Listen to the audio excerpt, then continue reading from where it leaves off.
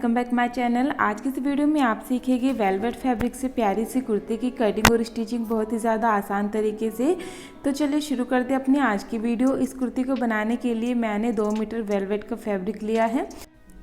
इस कुर्ती को प्यारा सा लुक देने के लिए यहाँ पर मैं कुछ इस टाइप के मिरर यूज कर रही हूँ, ये देखिए। तो चलिए गाइज, अब हम अपनी कुर्ती की कटिंग कर लेते हैं। तो मिरर को अभी हम साइड में रख देंगे और हमने ये जो वेलवेट का फैब्रिक लिया है इसको हम इस तरह से खोलेंगे और अपने मेजरमेंट के अकॉर्डिंग हमने बैक एंड फ्रंट दोनों पार्ट के लिए 2 पीसेस को कट कर लेना है। तो चलिए हम अभी इसमें से 2 पीसेस को कट कर लेते हैं। तो देखिए गाइज, मैंने इस तरह से बैक एंड फ्रंट दोनों ही पार्ट के लिए 2 पीसेस को कट कर लिया है। अब हमने इसको यहाँ से एक बार और फोल्ड करना है कुछ इस तरह, और इसको हम फोल्ड करके यहाँ पर अच्छे से सेट कर लेंगे। अब हम इसके ऊपर वाली साइड से मार्किंग शुरू करते हैं। तो सबसे पहले हमने ऊपर की साइड से शोल्डर लाइन का निशान लगाना है। तो 7 इंच की हम यहाँ पर शोल्डर रखेंगे। अब हम आर्म होल की लंबाई रखेंगे 7.5 इंच की हमने आर्म होल की लंबाई रखनी है। यहाँ पर हमने 1 इंच पर फ्रंट पार्ट के लिए एंड 1.5 इंच पर बैक पार्ट के लिए कुछ इस तरह से मार्क करना है और हाथ से इस तरह गोलाई दे देनी है। अब हमने ऊपर की साइड से 14 इंच पर वेस्ट के लिए और 20 इंच पर हिप साइज के लिए इस तरह मार्क करना है, ये देखिए। अब हम यहाँ से बस्ट साइज का निशान लगाएंगे। जो भी आपका बस्ट साइज है उसको 1/4 आप यहाँ पर लीजिए। 2 इंच हमने एक्स्ट्रा मार्जिन के लिए लिया है। इस वाली लाइन पर हमने वेस्ट का निशान लगाना है और यहाँ पर हमने हिप साइज का निशान लगाना है। अब इन तीनों ही मार्क को हमने आपस में मिला लेना है। तीनों ही मार्क पर हमने 2-2 इंच एक्स्ट्रा मार्जिन के लिए रखा है। अब हमने अपनी दामन की चौड़ाई का निशान लगाना है। तो जो भी हमारा हिप साइज है बिल्कुल इतने ही हमने दामन की चौड़ाई रखनी है। ऊपर की साइड से 1/2 इंच शोल्डर को डाउन कर देना है। अब हम यहाँ से नेक के लिए मार्किंग करेंगे। इस कुर्ती का मैं बोट नेक बनाने वाली हूँ, तो जिसकी चौड़ाई मैंने 4 इंच रखी है और इस नेक की गहराई मैं 4.5 इंच रखूँगी कुछ इस तरह। और बोट नेक वाले शेप में हमने इस तरह से मार्किंग कर लेनी है। और अब हम कर लेते हैं इस पार्ट की कटिंग। तो मैंने दोनों ही बैक एंड फ्रंट पार्ट के नेक सेम साइज में रखे हैं। अब हमने अपनी बैक पार्ट की मार्किंग के अकॉर्डिंग सबसे पहले कटिंग कर लेनी है कुछ इस तरह से। और ये देखिए, अब हमने इसमें से बैक पार्ट को बाहर निकाल लेना है। अब हमने फ्रंट पार्ट की मार्किंग के अकॉर्डिंग आर्म होल की कटिंग कर लेनी है। तो कुछ इस तरह से हमारे दोनों पार्ट्स कट कर रेडी हो चुके हैं। अब हम कुर्ती के नेक को स्टिच करेंगे। तो नेक के लिए मैंने इस तरह से बिल्कुल अरेब में 2 पट्टे को कट किया है, ये देखिए।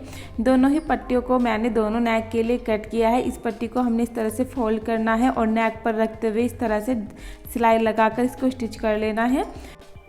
पट्टी स्टिच करने के बाद में अब हमने कैंची से छोटे छोटे पूरे नेक पर कट लगा लेने हैं, ये देखिए। अब इस पट्टी को हम अंदर की साइड कुछ इस तरह से फोल्ड करेंगे और इसके ऊपर दबाव की सिलाई लगा लेंगे। तो यहाँ से अच्छे से सेट करते हुए दबाव की सिलाई लगाएंगे।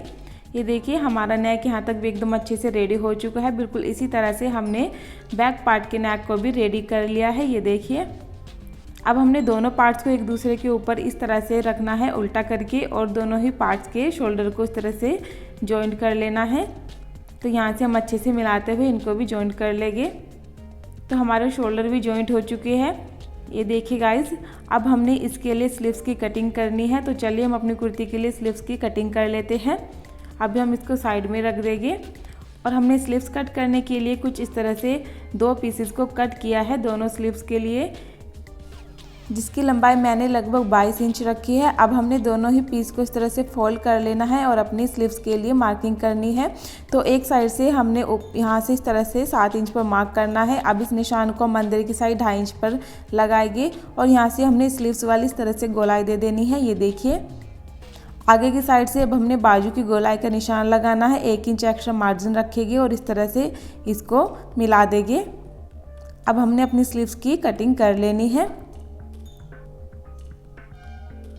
तो देखिए गाइज, कुछ इस तरह से हमारी स्लीव्स की कटिंग हो चुकी है। दोनों ही स्लीव्स हमारी कट कर रेडी है। अब हमने इनको रेडी करना है। तो आगे की साइड से इसको इस तरह से फोल्ड करेंगे और यहाँ पर इसको स्टिच करके रेडी कर लेंगे।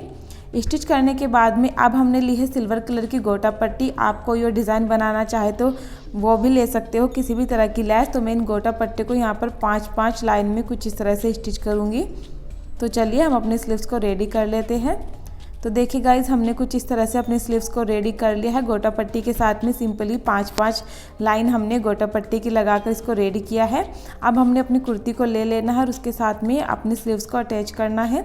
तो स्लीव्स को अटैच करने के लिए हमने कुछ इस तरह से अपनी कुर्ती को खोल कर रखना है। ये देखिए हमने अपने स्लीव्स के सेंटर पॉइंट को कुछ इस तरह से शोल्डर वाले सेंटर पॉइंट पर रखना है और दोनों साइड में सिलाई लगाकर इसको इस तरह से स्टिच कर लेना है। दूसरी स्लीव्स को भी हम बिल्कुल इसी तरह से स्टिच कर लेंगे। तो देखिए गाइज हमने अपनी स्लीव्स को कुर्ती के साथ में अटैच कर लिया है काफ़ी ज़्यादा आसान तरीके से। यहाँ तक कुर्ती रेडी है। अब हमारी बचती है साइड वाली फिटिंग की सिलाई। तो हम अपनी कुर्ती को कुछ इस तरह से उल्टा करेंगे और उल्टा करने के बाद में हमने दोनों ही साइड में अपनी फिटिंग की सिलाई लगानी है। तो कुछ इस तरह से अच्छे से अपनी कुर्ती को सेट करेंगे और यहाँ तक जहाँ तक भी हमने अपनी चाक को बंद करना है वहाँ तक हमने इस तरह से फिटिंग की सिलाई लगानी है। उसके बाद में हमने स्लीव्स में भी फिटिंग की सिलाई लगा लेनी है। ये देखिए कुछ इस तरह से दोनों साइड में हम सिलाई लगाकर इसको रेडी करेंगे। तो यहाँ तक हमारी कुर्ती रेडी हो चुकी है। बहुत ही ज़्यादा इजी तरीके से हम इसको स्टिच कर रहे हैं।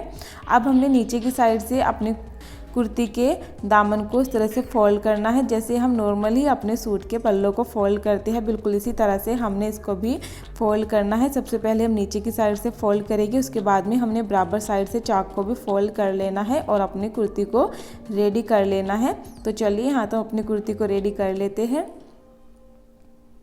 तो गाइस ये देखिए यहाँ तक हमारी कुर्ती बहुत ही ज़्यादा आसान तरीके से स्टिच हो चुकी है। ये देखिए कितने अच्छे तरीके से हमारे पल्ले फोल्ड हो चुके हैं। बहुत ही ज़्यादा प्यारा लुक हमारी कुर्ती का आने वाला है।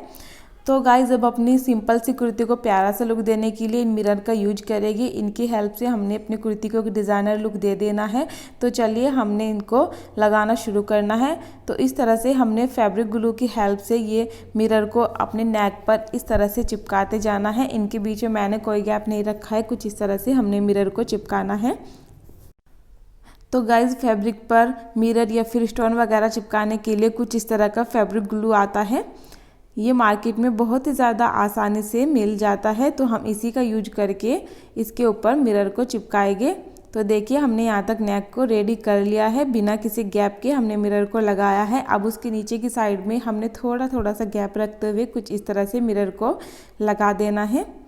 ये देखिए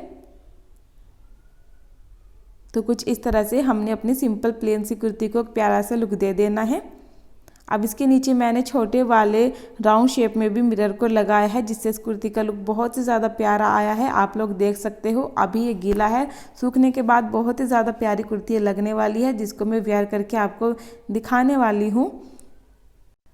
तो चलिए गाइज इसको रेडी करके एक बार मैं आप लोगों को इसको वेयर करके दिखा देती हूँ। तो देखिए कितना ज़्यादा प्यारा लुक मेरी कुर्ती का आया है। ये मेरी सिंपल सी प्लेन वेलवेट को मैंने कुछ इस तरह से एक प्यारा सा लुक दे दिया है। इस कुर्ती के साथ में मैंने जो प्लाजो वेयर किया है उसकी वीडियो भी जल्दी ही मेरे चैनल पर अपलोड हो जाएगी। बहुत ही ज़्यादा इजी तरीके से मैंने प्लाजो की कटिंग और स्टिचिंग भी दिखाई है, आप लोग ज़रूर देखिएगा। और ये देखिए मैंने एक सिंपल सी कुर्ती को कितना प्यारा लुक दिया है। अगर आपको मेरी कुर्ती, मेरी वीडियो, मेरे बताने का तरीका पसंद आए तो प्लीज़ एक लाइक ज़रूर कीजिए। आपको मेरी आज की वीडियो कैसी लगी मुझे कमेंट करके ज़रूर बताइएगा। अगर वीडियो पसंद आई तो प्लीज़ वीडियो को लाइक कीजिए और चैनल को सब्सक्राइब करना बिल्कुल भी नहीं भूलिएगा। मिलते हैं हम आपको अपनी नई वीडियो में एक नए डिज़ाइन के साथ में। तब तक के लिए बाय बाय।